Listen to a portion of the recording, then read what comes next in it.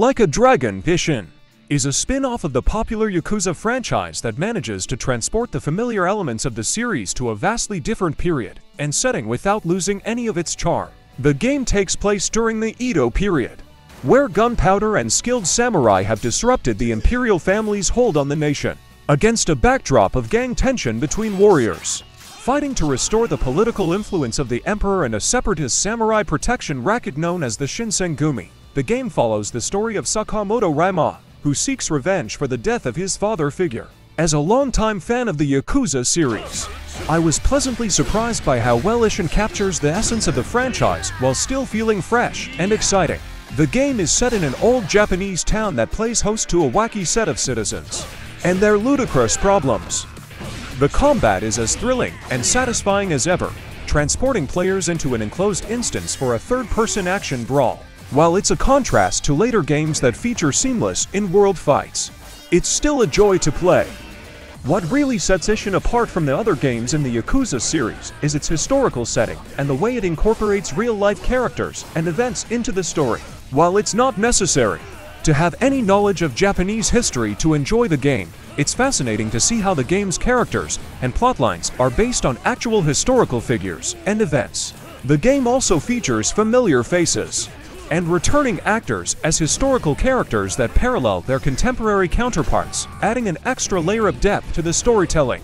Rather than focusing on multiple characters with unique movesets, Ishin focuses entirely on Raima, who has four basic but varied combat styles. The styles feature combinations of guns and swords to vary the speed, damage, and defensive stances necessary for a given fight. A bare-fisted, classic brawler style is the same basic combo fighter that fans know by heart. Swordsman, which the game often locks players into during boss fights, is a slow and methodical style that encourages blocking and dodging. Wild Dancer sets Raima spinning in a series of dazzling pirouettes, spraying bullets with one hand while cutting down foes with the other. Finally, there is the Gunman style, which allows for unlimited, rapid firing from afar. While the combat is fantastic, the game's crafting system is a missed opportunity.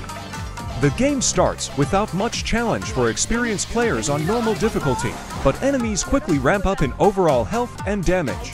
The game barely gives players any equipment upgrades or means to buy them, outside of a very expensive blacksmith with a convoluted series of equipment tech trees and material requirements.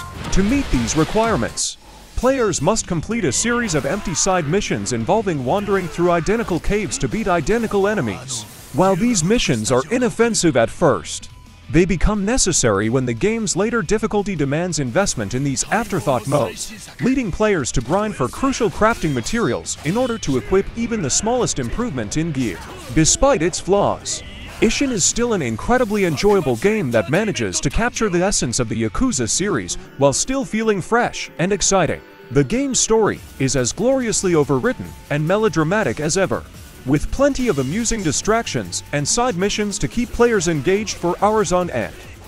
While it's not the best game in the Yakuza series, it's still a must-play for the fans.